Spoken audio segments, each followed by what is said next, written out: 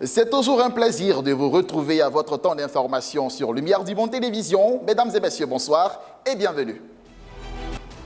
Au sommaire de votre journal, nous irons au Gabon où des pourparlers politiques en lien avec l'organisation du triple scrutin prochain se sont ouverts aujourd'hui à Libreville, mais sans les représentants de la société civile et des membres des confessions religieuses. On en parle dans votre journal.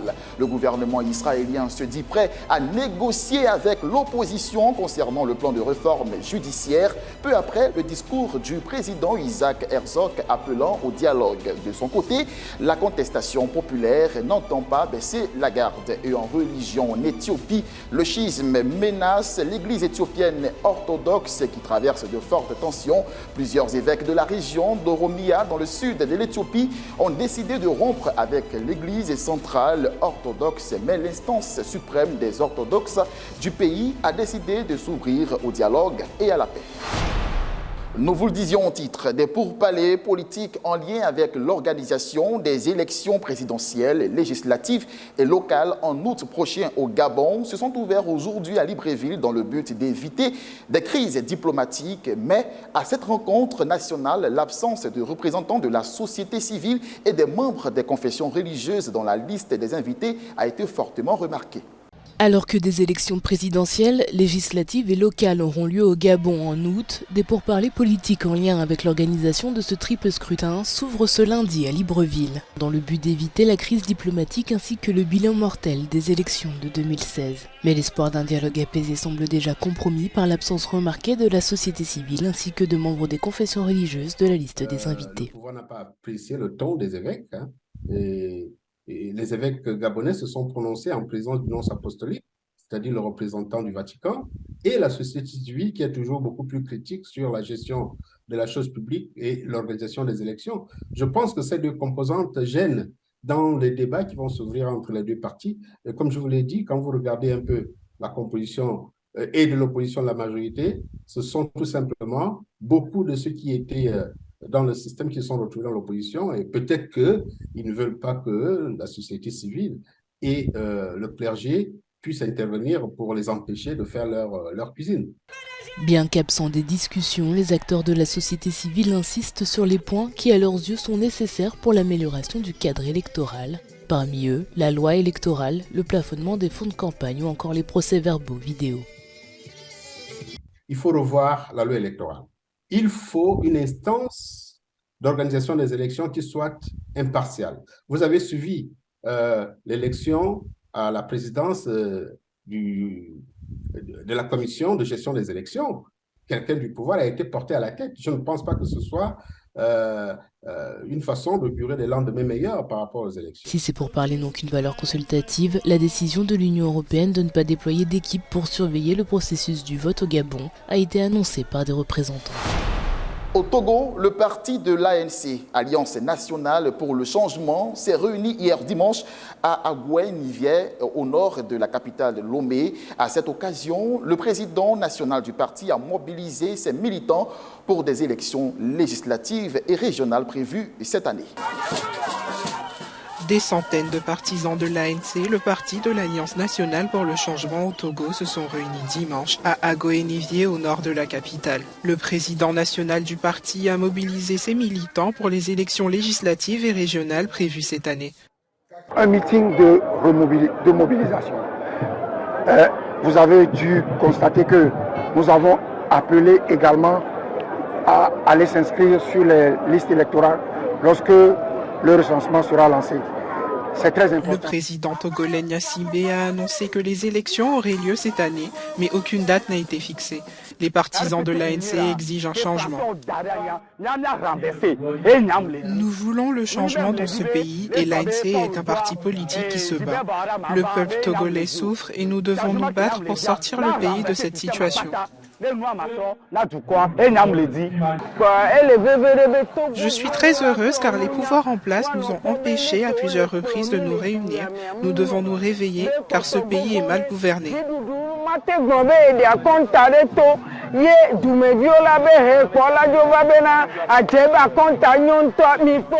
Depuis 2020, les rassemblements politiques de l'opposition ont régulièrement été interdits.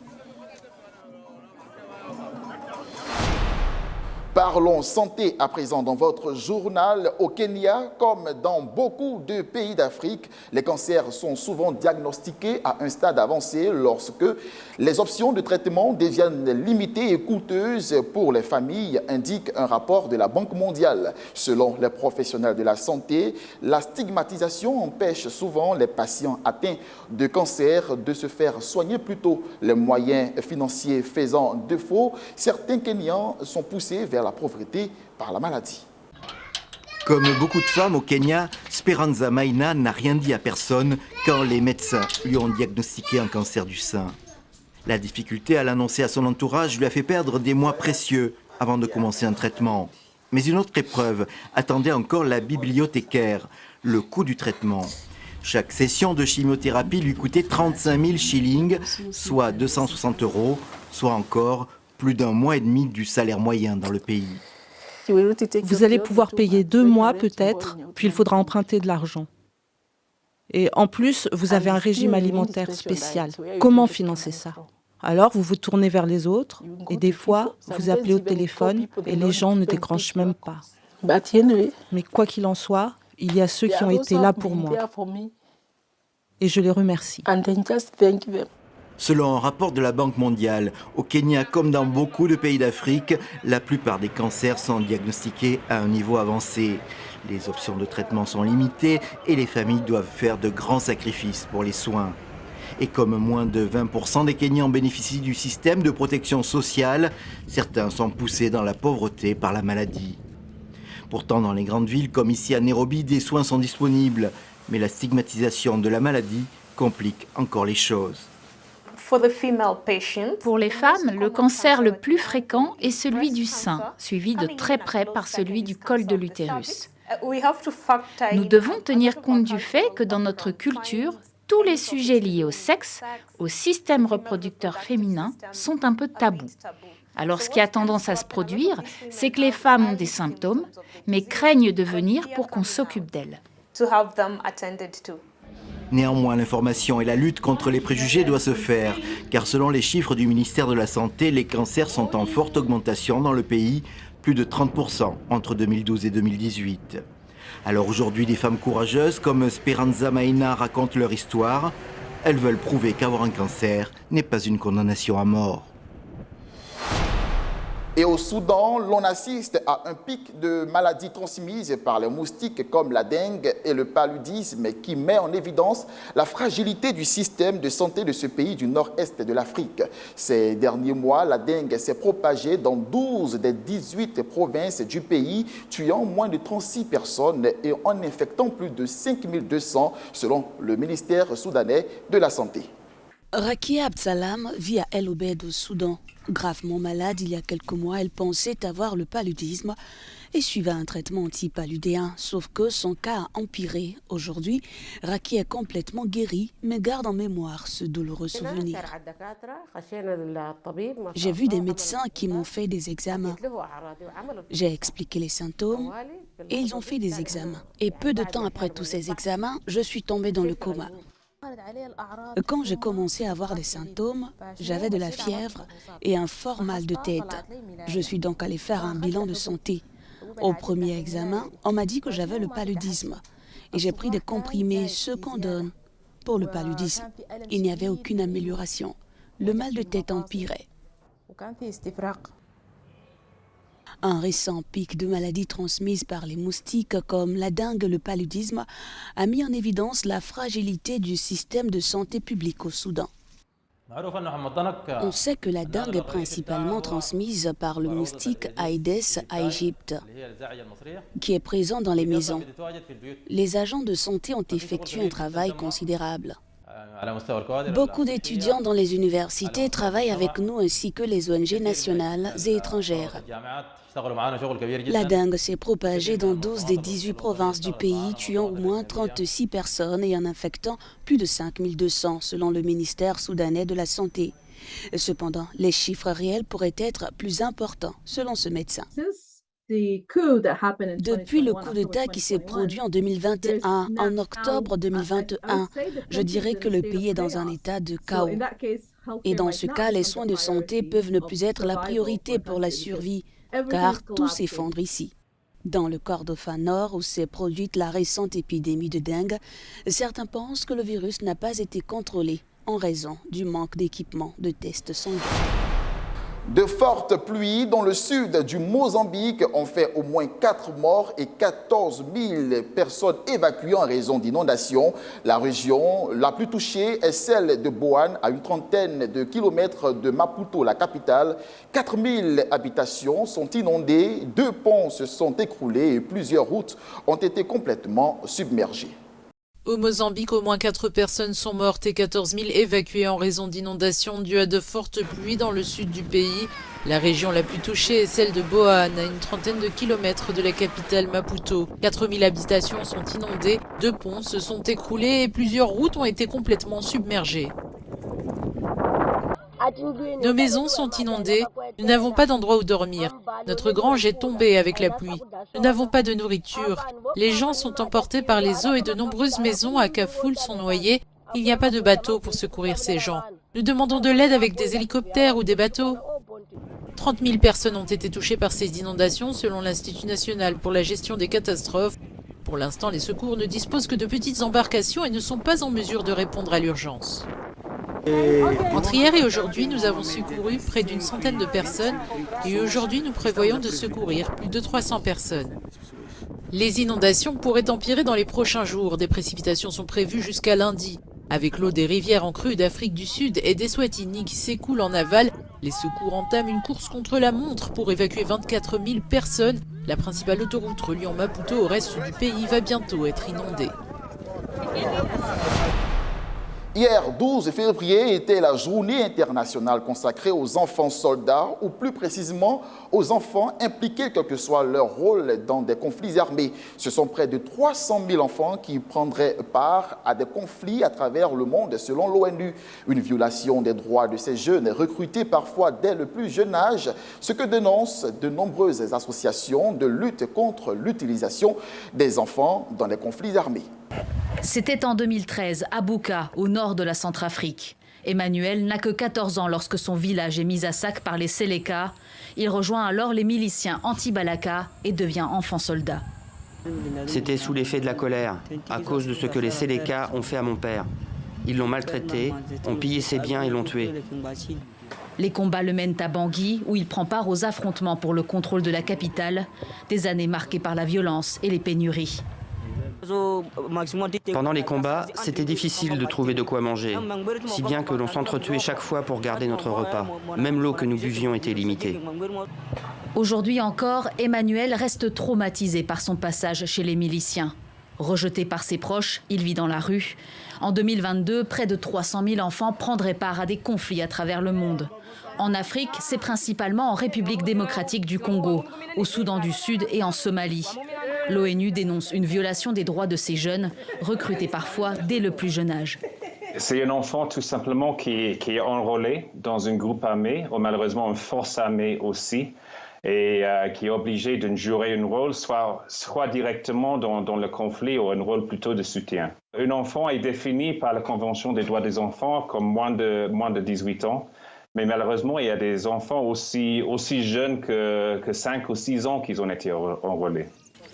Entre 2005 et 2020, l'UNICEF estime que 42 000 enfants ont été recrutés ou utilisés dans des conflits armés. Derrière ces chiffres, des filles et des garçons à l'enfance sacrifiés, forcés à tuer ou exploités sexuellement. Leur retour à la vie normale est un processus de longue haleine. Mais il y a tout un travail de récupération psychologique, de réintégration. Souvent, les enfants rentrent dans des zones qui n'ont presque pas de services, pas de l'école, pas de système de santé. Donc, il y a tout un accompagnement, aussi bien au niveau communautaire qu'avec les enfants eux-mêmes. Entre 2017 et 2021, l'UNICEF a aidé plus de 17 000 enfants à se réinsérer. Un chiffre cependant incomplet, car il ne comprend pas les enfants n'ayant pas bénéficié de programmes d'aide ou ceux qui n'ont pas été libérés. À présent, l'actualité en Israël où le gouvernement se dit prêt à négocier avec l'opposition concernant le plan de réforme judiciaire peu après le discours du président Isaac Herzog appelant au dialogue. De son côté, la contestation populaire n'entend pas baisser la garde. Une journée de grève et de manifestation a eu lieu ce matin devant le Parlement israélien. Nouvelle manifestation en Israël contre le projet de réforme de la justice. L'indignation ne faiblit pas depuis janvier. Ce lundi, des milliers de personnes se sont réunies devant le Parlement à Jérusalem pour demander le retrait du texte, pendant que des députés de l'opposition criaient leur désaccord avant le vote en commission.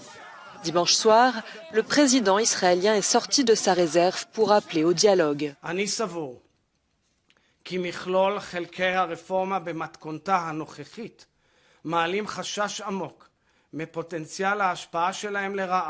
על יסודותיה הדמוקרטיים של מדינת ישראל. פנו להידברות, הנמיכו את החומות, בנו את הגשרים, אפשר וצריך להגיע להסכם תוך זמן קצר על בסיס העקרונות הללו, אפשר להגיע להסכם. Le projet de loi vise à accentuer le pouvoir des élus sur celui des magistrats. De nombreuses personnes accusent Benyamin Netanyahou de vouloir échapper à la justice. Le Premier ministre est jugé dans plusieurs affaires de corruption. Restons en Israël pour aborder cette actualité. Le pays a mené dans la nuit du dimanche à lundi des frappes aériennes contre un complexe militaire du Hamas à Gaza. Selon l'armée israélienne, cette frappe est une réponse à la roquette tirée samedi dernier sur Israël qui a intercepté le dôme de fer. Avec un certain délai, Tsahal a riposté cette nuit au tir de roquettes de samedi depuis Gaza. L'armée de l'air israélienne a frappé une infrastructure souterraine du Hamas destinée à la fabrication de matières premières pour la construction de roquettes dans le centre de la bande de Gaza. Le porte-parole de l'armée a rappelé qu'Israël tenait l'organisation terroriste Hamas pour responsable de tout ce qu'il se passe dans la bande de Gaza et c'est elle qui paierait le prix des atteintes à la sécurité de l'État d'Israël. Quelques minutes après les frappes israéliennes, les sirènes d'alerte ont retenti dans la ville de Sderot et dans les localités du pourtour de Gaza. 4 roquettes ont été tirées depuis le territoire palestinien. Le système antimissile Dôme de fer n'a pas été actionné puisque 3 engins ont explosé en l'air. Le 4e s'est abattu dans une zone inhabitée. Selon les autorités locales israéliennes, aucun débris n'a été retrouvé et aucun dégât n'a été signalé. Les tanks israéliens ont immédiatement riposté en visant des positions du Hamas à la frontière entre Israël et la bande de Gaza. Samedi soir, une roquette tirée depuis le territoire palestinien avait été interceptée par le dôme de fer. L'armée israélienne a décidé de ne pas réagir tout de suite, une décision inhabituelle puisque la politique de Tsahal et du gouvernement israélien consiste à répondre de façon systématique à chaque attaque des organisations terroristes palestiniennes depuis Gaza. Le gouvernement israélien avait affirmé que les conditions n'étaient pas réunies pour mener une riposte efficace. La décision de ne pas riposter immédiatement était vraisemblablement motivée par la volonté d'éviter une escalade des tensions sécuritaires en permettant aux forces de sécurité de se concentrer sur la vague terroriste en Cisjordanie et à Jérusalem. Justement, la nuit dernière, plusieurs Palestiniens ont été arrêtés à Naplouse, des membres d'une cellule terroriste responsable de la mort du sergent-chef Ido Barour de l'unité de reconnaissance de la brigade d'infanterie Givati, tué dans une fusillade le 11 octobre dernier près de l'implantation de Chavez-Chomron. Le bilan du violent séisme qui a frappé le 6 février dernier la Turquie et la Syrie s'élève ce lundi à plus de 35 000 morts selon les derniers bilans officiels. Les secouristes venus de plusieurs pays continuent de mener des sauvetages inespérés. Les images. Le bilan toujours provisoire du séisme continue de s'alourdir. Les opérations de sauvetage se poursuivent alors que les espoirs deviennent de plus en plus minces de retrouver des survivants. L'urgence, c'est aussi d'apporter de l'assistance aux régions touchées. C'est dans ce sens que dimanche, un nouveau convoi de l'ONU est arrivé en Syrie depuis la Turquie, apportant une aide très attendue aux victimes syriennes du séisme. Le monde entier a laissé tomber le peuple syrien. Si cette destruction avait eu lieu en Europe ou dans un pays étranger, le monde entier se serait rassemblé pour secourir les personnes tuées. Mais ici, personne ne s'en soucie. Nous n'obtenons rien de la Turquie ni de notre gouvernement. Nous sommes assiégés. 10 camions ont franchi la frontière au point de passage de Bab el-Hawa dans le nord-ouest de la Syrie, apportant de quoi confectionner des abris d'urgence avec des bâches en plastique, des couvertures, des matelas, des cordes ou encore des vis et des clous entre autres. 62 avions chargés d'aide ont jusqu'à présent atterri en Syrie. J'ai contacté l'une des organisations d'aide pour leur demander du matériel. Leur réponse était des sacs mortuaires. C'est tout. C'est là toute l'aide qu'ils m'ont offert. Ils savent que les gens meurent sans aucune aide. Votre seul droit est de mourir. Et nous vous donnons ensuite des sacs pour être enterrés. En Syrie, notamment à Alep, Idlib, Latakia, Hama et Tartus, le nombre de victimes continue de s'alourdir. Toutefois, il est difficile de déterminer avec exactitude le nombre réel de victimes en raison des conditions difficiles dans lesquelles vit le pays depuis plus d'une décennie. L'Organisation mondiale de la santé elle estime que 26 millions de personnes pourraient avoir été touchées en Turquie et en Syrie, dont environ 5 millions de personnes vulnérables. L'OMS a lancé samedi un appel urgent pour collecter 42,8 millions de dollars. Les États-Unis ont appelé leurs citoyens de quitter immédiatement la Russie en raison de la guerre en Ukraine et du risque d'arrestation arbitraire ou de harcèlement par les forces de l'ordre russes, selon l'ambassade américaine à Moscou. En effet, la Russie a ouvert une procédure pénale contre un citoyen américain soupçonné d'espionnage, a déclaré le service fédéral de sécurité en janvier dernier. En religion en Éthiopie, le schisme menace l'église éthiopienne orthodoxe qui traverse de fortes tensions. Plusieurs évêques de la région d'Oromia, dans le sud de l'Éthiopie, ont décidé de rompre avec l'église centrale orthodoxe. Une manifestation pacifique était prévue hier dimanche, mais l'instance suprême des orthodoxes du pays a décidé de s'ouvrir au dialogue et à la paix après une rencontre vendredi dernier avec le gouvernement éthiopien. L'Église éthiopienne a décidé de temporiser. Le Saint-Synode, l'instance suprême des orthodoxes dans le pays, avait appelé les fidèles à manifester ce dimanche en Éthiopie et dans le monde. Vendredi, après une rencontre avec le Premier ministre Abiy Ahmed, il est revenu sur sa décision. Le Saint-Synode a reporté la manifestation pacifique prévue ce dimanche 12 février pour une durée indéterminée. Non parce qu'il a changé de position, mais parce que le gouvernement a accepté de résoudre le problème qui se pose, et ce immédiatement, dans le délai fixé par l'Église qui a ouvert ses portes à la paix. Le problème, c'est le schisme qui menace l'Église orthodoxe éthiopienne et ses 40 millions de fidèles. Le puissant patriarche Abouné Mathias entend tout faire pour l'éviter. Fin janvier, un groupe d'archevêques et d'évêques de l'Oromia, la plus grande région du pays, a fait sécession et créé son propre synode. Il reproche à l'église Tewahedo, l'église centrale basée à Addis Abeba, de les discriminer, refusant notamment que les offices soient conduits chez eux en langue oromia. Les prélats rebelles ont depuis été excommuniés. Une crise religieuse qui pourrait se muer en crise politique. Le patriarche Abouné Mathias accuse en effet le Premier ministre Abiy Ahmed, lui-même d'origine oromo, de partialité dans cette affaire. Le chef du gouvernement éthiopien a appelé la semaine dernière au dialogue, précisant que chacune des deux parties était porteuse de vérité, des propos qui ont scandalisé les partisans du patriarche. C'est ici que nous refermons ce journal. Merci de l'avoir suivi. Nous vous retrouvons demain sur les antennes de Lumière du Monde Télévision. La vie chez vous.